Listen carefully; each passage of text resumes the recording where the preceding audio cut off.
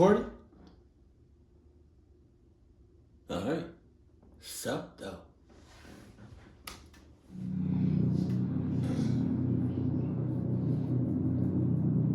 Oh, these are a bunch of random stories. When I was around 12, I had the one bedroom in the house that wasn't on the second floor.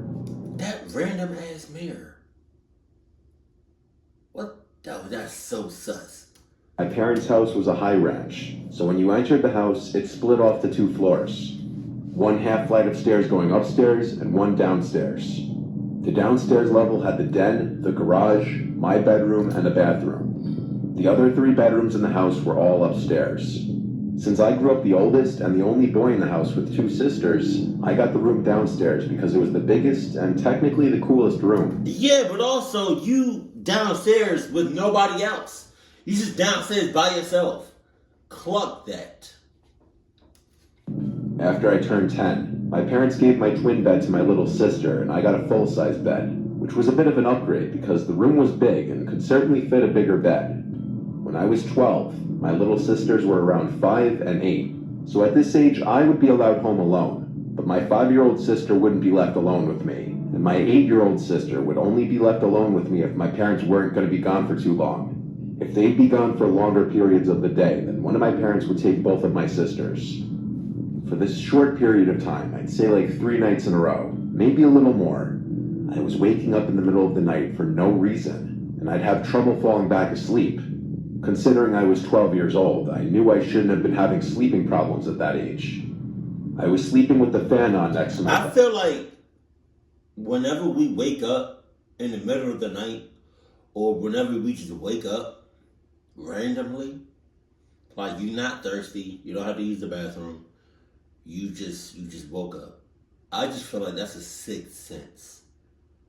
And that somebody with the power of Adidas is letting you know cluckness is close. Cause that's the only why the hell would you, that's the only reason I can think of. Why would you wake up in the middle of the night? No, for no other reason. You don't gotta use the bathroom. You don't gotta get no water. Mind you, water when you thirsty as shit at 2 o'clock in the morning. You get that dry mouth? Oh man. And it's cold? Because it was a hot couple of days in the middle of the summer, so I wasn't sure what exactly was waking me up considering the fan provided a steady white noise. One of these nights, I got up after waking up to refill my glass of water. I went to the bathroom right outside my bedroom, and as I was filling it up... What? Go back. Don't tell me you just got... No, you didn't. Go back. So I wasn't sure what exactly was waking me up considering the fan provided a steady white noise. One of these nights, I got up after waking up to refill my glass of water.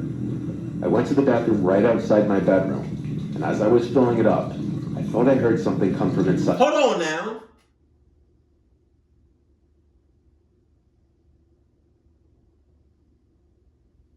Why would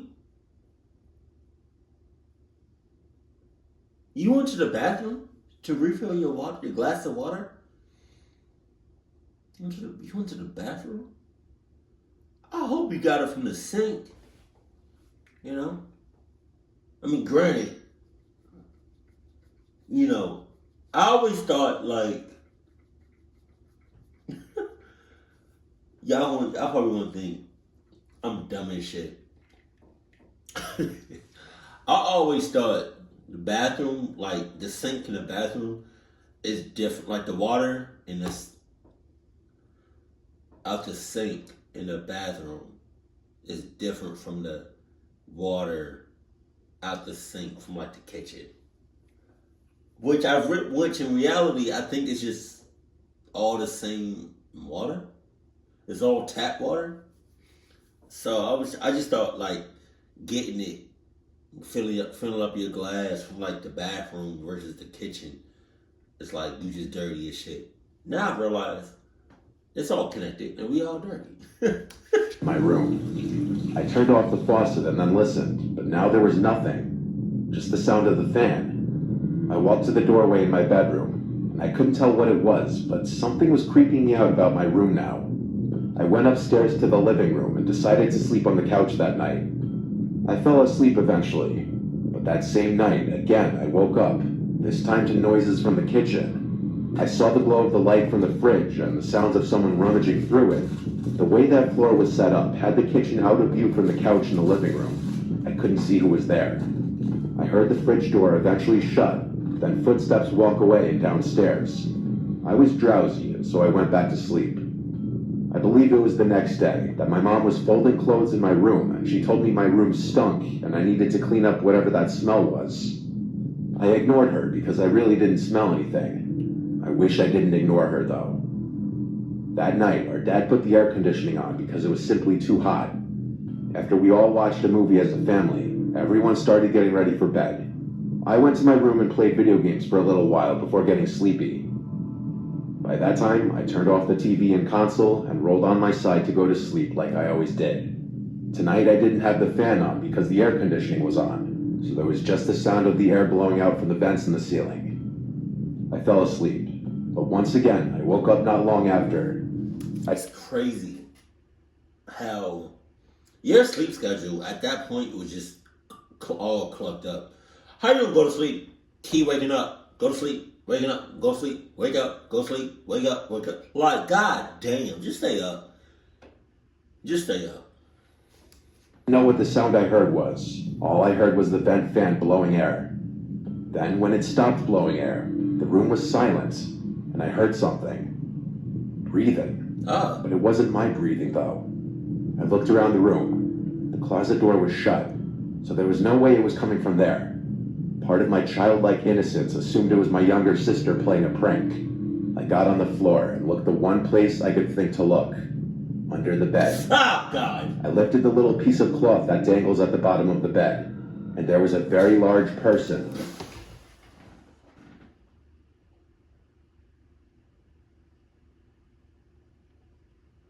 Legit.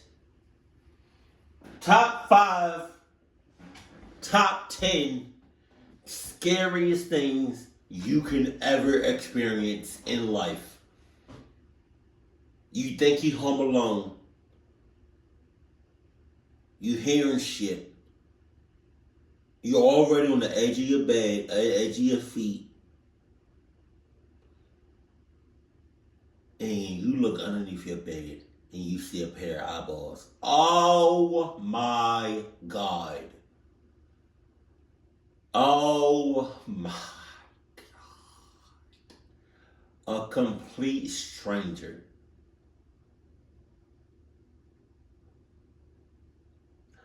I don't even care if, like, you knew the person or not. They could be best friends. They could be your significant other, your brother or your sister. Somebody doing a prank on you that you know or don't know. If you think you home alone and you check underneath your bed and all you see is a pair of eyeballs, that's gonna scare the living shit out of anybody. Laying underneath my bed on a pile of blankets. Their head was facing me, but their eyes were closed. I fell backwards and basically crab walked out of the room screaming, "Dad." I heard my parents' door swing open and my parents yelling in concern. I pointed into my room and said, "Under the bed." And my dad went and pulled out this very large, dirty-looking man. I remember my dad quite easily physically forcing the man outside as my mom called 911. I'm sure he went to jail for a while. Or maybe not, because he was homeless, who knows. This did a lot of mental damage to me where I didn't even want to sleep in my own room anymore, or let alone in that house. I had to sleep in the middle of my parents for a while.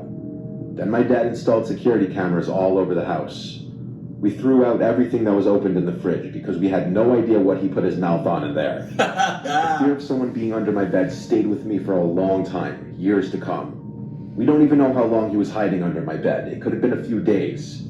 The smell, the person going through the fridge, the randomly waking up every night for a few days.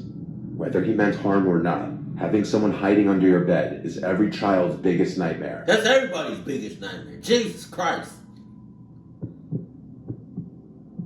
Oh, I just realized that's a different background. that he does with the This story is from my great-grandfather, who is currently at the ripe old age of 101. God damn. He's told this story at family gatherings for years. He's from the city of Yaroslavl in Russia. I guess it was the Soviet Union when he was born there. Being from the USSR, of course he served under the Soviet Union during World War II, then fleeing to the United States a few years after to escape communism. He told me this story again recently. It happened not long after the Battle of Veliki Luki, which wasn't a major battle of the war, but it still ended up in a large amount of Soviet and German bloodshed, as most battles at the time did. It was the evening, and according to my great-grandfather, it was very cold that night, like hellish cold. They were in a small house/building that was one of the few with no damage to it, which made it nice because it was warm. Him and his comrades were celebrating with drinks, songs, laughing, and joking, what you could imagine a celebration would look like. At some point in the evening, two fellow soldiers walked into the building. My great-grandfather and his friend Sergei didn't care for these two. It was apparently because they were loudmouths and were just unpleasant guys. Sergei asked my great-grandfather if he wanted to go out and have a smoke. He agreed, and the two put on their heavy coats and walked out into the freezing cold air. My great-grandfather pulled out a cigarette, as did Sergei, and then he lit both of their cigarettes. They were talking for a while, both enjoying their cigarette and basking in the glory that came along with winning the battle that had been going on for about 2 months. After my great-grandfather finished his cigarette, they were both about to go back inside when they heard what sounded like a man scream from the woods in the distance. Fearing that it was the scream from one of their comrades, possibly being attacked by a patrol of pissed-off Germans, they went back inside quickly and grabbed their guns. Because of the fact that there might be armed Germans, they got a bunch more of their fellow soldiers to run into the woods with them. My great-grandpa mentioned that as he got deeper into the woods, he started to get a weird feeling, like dread and fear. When they couldn't hear screaming anymore, my great-grandpa suggested that they all split into duos and search for whoever it was. Nice. Sergei went with him, while the others went off in their own duos. After about 2 minutes of walking through the dark, cold woodlands, my great-grandpa said that he could hear faint crying, like someone was in pain. Sergei heard this too, so they walked to where they heard the crying sounds. They started seeing drops of blood in the snow, so they both began to take the situation as more of a threat than they were earlier. It still gives me chills when my great-grandpa tells me this part. When him and Sergei got to the source of the crying sound, they had found the most bizarre and disturbing scene they had witnessed. 2 German soldiers on the ground, one of them dead, one alive. One of them had their uniforms ripped and bloodied. The alive one was cowering by a tree, muttering stuff in German. He didn't notice my great-grandpa and Sergei right away. My great-grandpa then walked towards the other body. The corpse was horrifically mutilated, missing limbs, skin ripped off the face. God. His uniform was shredded and it looked like he had been scalped. Woo! Another thing that stood out to my great-grandpa was the smell. He couldn't describe the smell, saying it wasn't like a dead body, but more like chemicals. The corpse looked fresh. Sergei investigated the living soldier, who then, noticing Sergei, jumped back in terror, as if he had been traumatized. He was shouting stuff in German. It was only then that my great-grandpa noticed that his leg had been torn apart and his chest was bloody. He said he could remember that German screaming something like "Das Kolas" or something similar. Sergei pulled out his pistol and put the German out of his misery with a single shot to the head. Almost immediately after this, my great-grandpa described hearing moaning-like noises, and that's when a very tall thing started running in the darkness away from them. Afraid, Sergei and great-grandpa started shooting erratically in the direction of the thing. The other men ran over, but the thing was gone. All of the men were reprimanded when they got back to the village, but a report was sent to the high command. It was never investigated further. My great-grandpa claims that it was the most terrifying experience of his life. It makes him stressed when thinking back on the sight of that mangled German and that thing. So what the hell was it? I mean, it was an animal, right? I would think. This happened when my fiance Morgan and I just moved into our house. I'm thinking an animal, but then chemicals? Maybe it was an animal, but then his comrade was trying to maybe he had some cleaning chemicals. Or he was trying to, I don't know what the hell that could have been. Together in a quiet little town. We still live in this house. It's a modest, cute little house, perfect for us and a couple of kids, if and when we decide to have. We met one of the neighbors right off the bat. They seemed nice. They were an older couple in their late 60s. Oh, no. The neighbors on the other side were pretty far away, so we didn't meet them for a while. We were still in the unpacking and furnishing phase. It might have been week 2 of living in the house. We were exhausted by every night, having to work our jobs and then also setting up the house and unloading. Morgan was cooking pasta in the kitchen. I was sitting at the table talking to her while on my laptop shopping for area rugs. It was a little stuffy in the house, so I was going to go slide open the back door, but as I got to it, I looked into the backyard and noticed someone sitting in one of the chairs. What? He was kind of hunched over with his head down. When I say I almost shit myself when I saw it, I'm not kidding. I whispered Morgan's name and said, "Don't scream, but there's a man in the yard." She walked over to look outside and gasped. She grabbed me and kind of hid behind me and said, "Go say something." What? No, wait, don't. Truth be told, I myself didn't know if I should go out there or not. I'm not the biggest man, to be honest, and even though this guy had his back to us and was sitting down, he looked like he was bigger than me. Morgan suggested I knock on the glass and yell at him to leave. I didn't want to do it though, I was scared.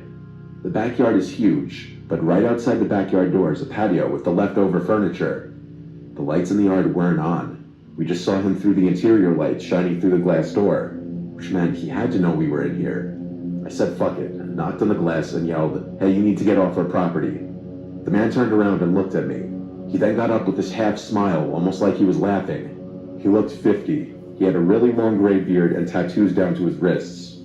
He walked up to the glass. I made sure the door was locked. He stood on the other side of the glass door and shifted his gaze to Morgan. He started licking his lips and saying vile shit. I yelled, "All right, I'm calling the police." I closed this. You should have just did that from the jump, and not have said nothing to him. You should have called the cops, talking about something. Hey, y'all should probably make your way over to my address in a Swift right now, ASAP. Be here within 2 minutes, and come get this guy, cause he also not Fighting blind to get him out of our faces. I called 911 and told the operator to please hurry and send police to our house. I could still hear the man on the other side of the door, now speaking at a very high volume, almost yelling, still saying disgusting things about Morgan. I put the phone to the glass so the operator could hear it. He made me stay on the phone until police would show up. Eventually it went quiet outside, and so I took a peek out the glass and the guy was gone. Still, I couldn't wait for police to arrive. And when they did, they searched the backyard, took a police report, and left. We thought it was over. But later on that night, when we were in the living room watching TV, we both agreed we heard something from outside in the yard. I went over to the window and kinked the blind, just enough to see that man outside again. He had a cigarette in his hand. He was talking to himself, or trying to talk to us, facing the house. He noticed the kink in the blinds, because he ran over to the window. I jumped back, and he started pounding on the window, saying all these awful, sick things he wanted to do to Morgan. I told her to go upstairs. I didn't want her to hear this anymore. I yelled, "I'm gonna call the police again," and then the pounding stopped, and he went silent. I waited a few seconds before kinking the blind again, and he was gone. I went upstairs to go comfort Morgan, who was visibly shaken. I told her he was gone, when in hindsight I should have called the cops again.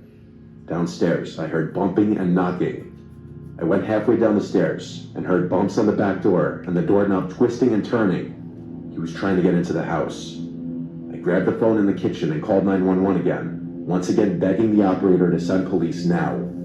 This time the police arrived a lot quicker, and I didn't alert the man outside that they were coming. But unfortunately, by the time they showed up, that man disappeared again. Jesus. It's very likely he just ran off into the trees deep in the backyard.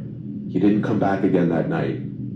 The next day, we went around knocking on neighbors' doors, both introducing ourselves to those we hadn't met yet and asking them if they knew anyone matching the description of that man. What we found out was disturbing. A few doors down from us knew that man. He was known for beating his ex-wife and having a drinking and drug problem, and generally just regarded as very dangerous. He lived around the block from us in a small, run-down house. That's the scariest part.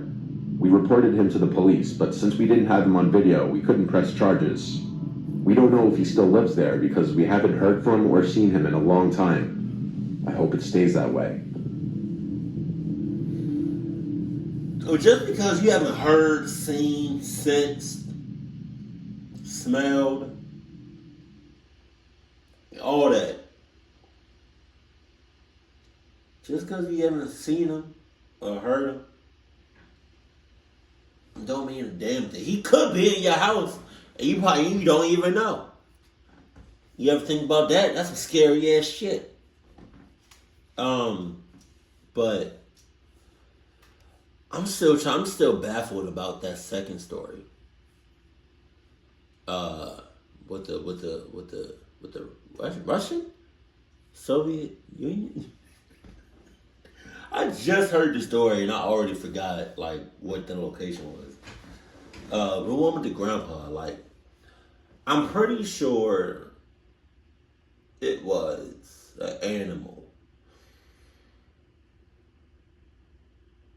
But then I just feel like his comrade was just trying to clean him up.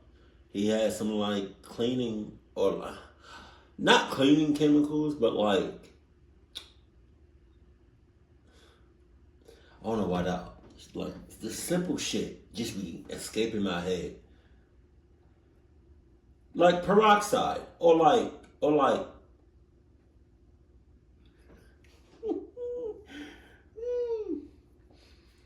not cleaning chemicals that you know clean your kitchen with. Not that. I'm talking about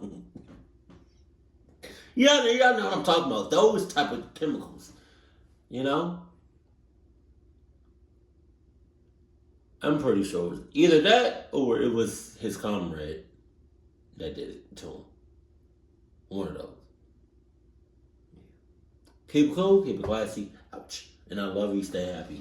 My family.